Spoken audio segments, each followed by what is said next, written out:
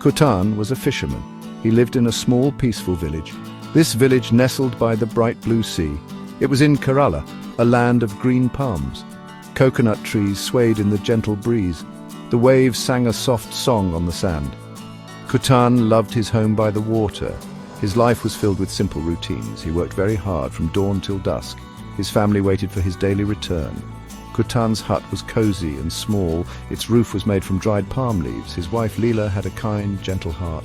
Her smile was as warm as the morning sun. They had 2 sweet children, a boy and a girl.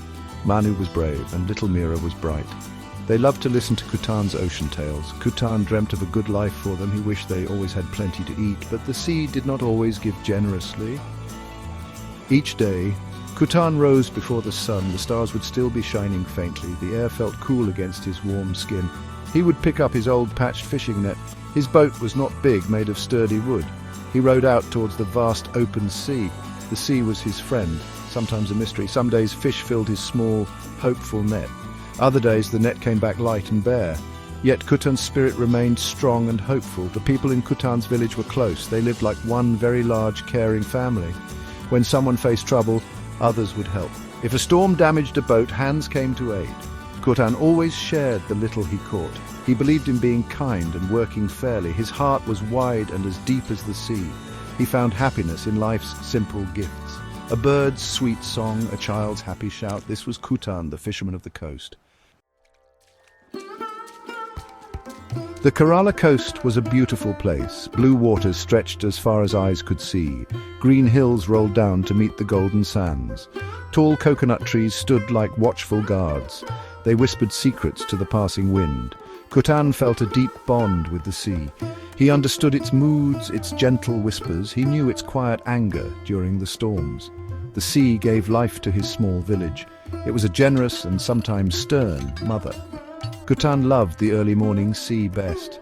The water was calm, like a sleeping giant. The sky painted itself in soft, lovely colors, pinks and oranges mixed with gentle blues. He would watch the sun climb into the sky. It felt like a fresh promise each new day. The sounds of the sea were music to him, the lapping of waves, the call of seabirds. He felt at peace when he was on his boat, alone with his thoughts and the vast ocean. His village, Alapra, was small and green. Little streams, called backwaters, wound through it. People used boats to travel on these waters. Lush paddy fields stretched out like carpets. Life moved at a slow, unhurried pace. Children played freely under the shady trees. Women chatted by the village well, laughing. The men often spoke of tides and fish. Everyone knew Kuttan and his good nature. He was a quiet, respected man in Alapra. Kuttan knew every current, every hidden rock. He knew where the fish liked to gather. His father had taught him the ways of the sea, and his father had learned from his own father. It was a knowledge passed down with love. Kuttan hoped to teach his son, Manu, one day. He wanted Manu to respect the ocean's power.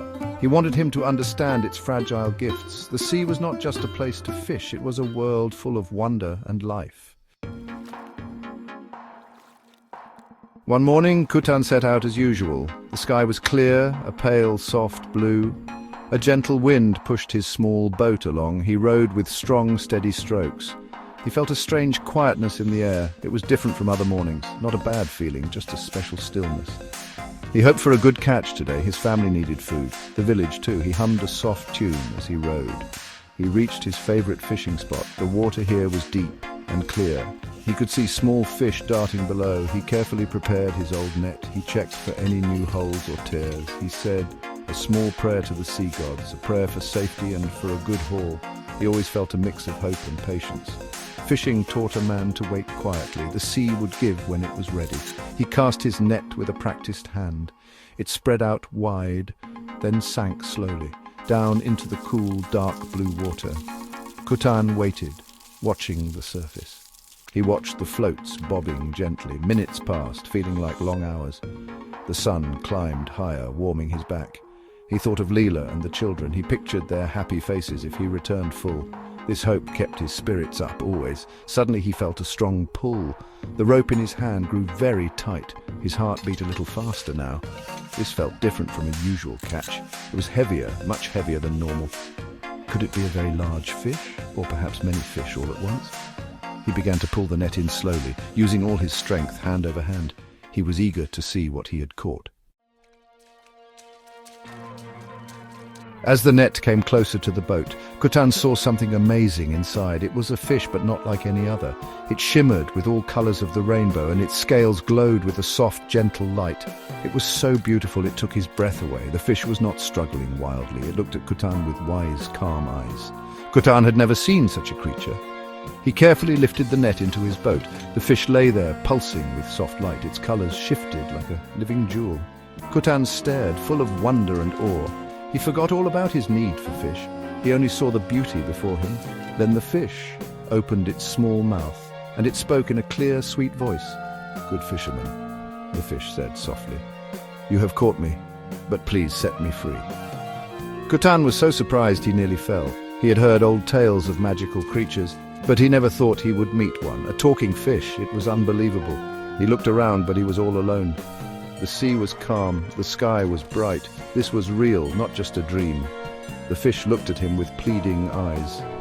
"I am a fish of the ancient seas," it said. "If you let me go, I will grant you a wish."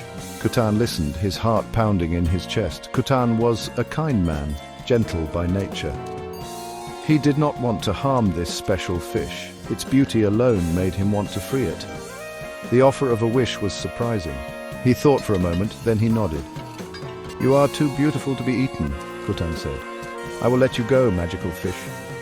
He gently tilted the net over the side. The shimmering fish slipped back into the water. It swam a little, then turned back to him. "Thank you, kind fisherman," said the fish. Its voice was like tinkling bells on water. "You have a good heart, I can see. Now tell me your wish and I shall grant it." Kuttan thought hard for a moment. What did he truly need or want most? He could wish for gold or a big house. He could wish for endless riches for himself, but Kuttan was not a selfish man. His thoughts went first to his family. He thought of Leela, his dear wife. He thought of Manu and little Mira. He wanted them never to be hungry. He wanted them to have a secure life. Then his thoughts widened further. He thought of his village, Alapra. Many families there struggled like his. They worked hard, but sometimes faced hardship. If he had a wish, it should help them too. A personal fortune would not bring true joy. Kuttan looked at the magical fish. "Generous fish," he began, his voice sincere. "I do not wish for gold or jewels. I'm a simple fisherman. That is my life." He paused, choosing his words with care. "My wish is for a fishing net," he said, "a net that will always bring a good catch. Enough fish for my family to eat well, and enough fish to share with my village, so that no one in Alapra goes hungry." The magical fish listened quietly. Its shimmering scales glowed brighter. It seemed to smile with its wise eyes. "That is a noble wish, Kuttan," it said. "A wish not for yourself alone, but for others. Your kindness touches my ancient heart." The fish then swirled in the water. "Your wish is granted," it declared. "Look in your boat. A new net awaits you. Use it well, and remember your good heart." Kuttan looked down into his small boat. His old patched net was still there, but beside it lay another net, a new one. It looked ordinary, made of strong cord, but Kuttan felt a tingle when he touched it. It felt different, special in some way. The magical fish gave a final flick of its tail. Then it dived deep into the blue water. It disappeared, leaving only ripples behind. Kuttan sat for a moment, feeling stunned. He decided to try the new net at once. He carefully folded his old net away. He picked up the new one. It felt light. He cast it into the sea, just as before. He waited, his heart full of anticipation. Almost immediately he felt a strong tug, much stronger than any before, even the magical fish. He began to pull, and it was heavy. So heavy he had to use all his might. What could be inside this time? As the net surfaced, Kuttan gasped. It was completely full of shining fish, silver fish, big fish, small fish, all kinds. More fish than he had ever caught at once. Enough fish to feed his family for many days, enough fish to share with many others. The magical net had worked its wonder. Kuttan felt a wave of thankfulness. He smiled, a wide, happy smile. The magic was real, and it was for good. He rowed back to the shore quickly. His small boat sat lower in the water. It was heavy with the bountiful catch. He felt tired, but incredibly happy. He couldn't wait to tell Leela. He couldn't wait to share this good fortune.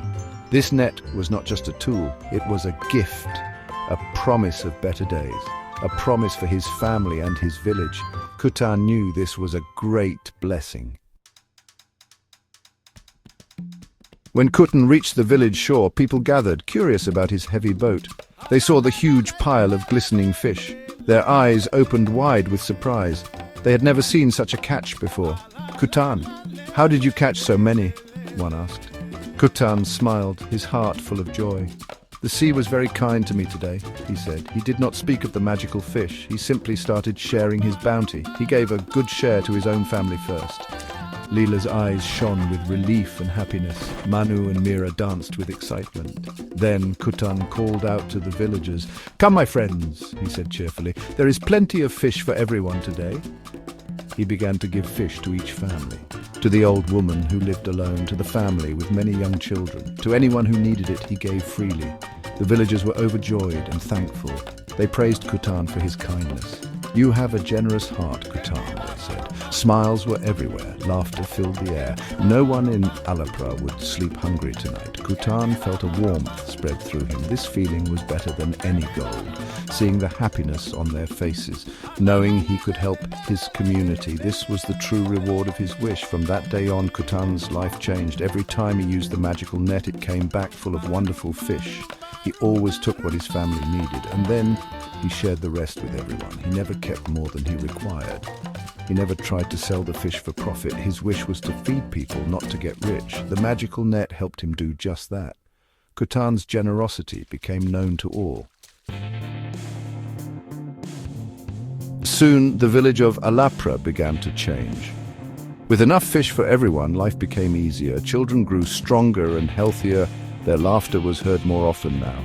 Families worried less about their next meal. They had more energy for other things. People started repairing their homes. They planted small gardens with vegetables. A new spirit of hope filled the village. All thanks to Kutan and his magical net. Kutan's example inspired other villagers. They saw his selflessness and his joy in giving. People started sharing more with each other. If someone had extra coconuts, they shared. If another had a good harvest of rice, they shared. A wave of kindness swept through Alapra. The old bonds of community grew stronger. They helped each other without expecting return. The village became a true family. Everyone looked out for one another. The atmosphere in Alapra became vibrant. There was more singing and storytelling. Festivals were celebrated with greater joy. The fishermen helped each other mend nets. They shared fishing tips and helped young learners. The women formed groups to help each other. They wove mats and made crafts together. The village was not just surviving anymore, it was thriving, full of life and cooperation. Kutan watched all this with a happy heart. He continued his daily fishing ritual. The magical net always provided plenty. But Kutan remained the same humble man. He did not boast about his special net. He simply continued to share his good fortune. He taught Manu and Mira the importance of giving. He showed them that true wealth was not in having much, but in sharing much.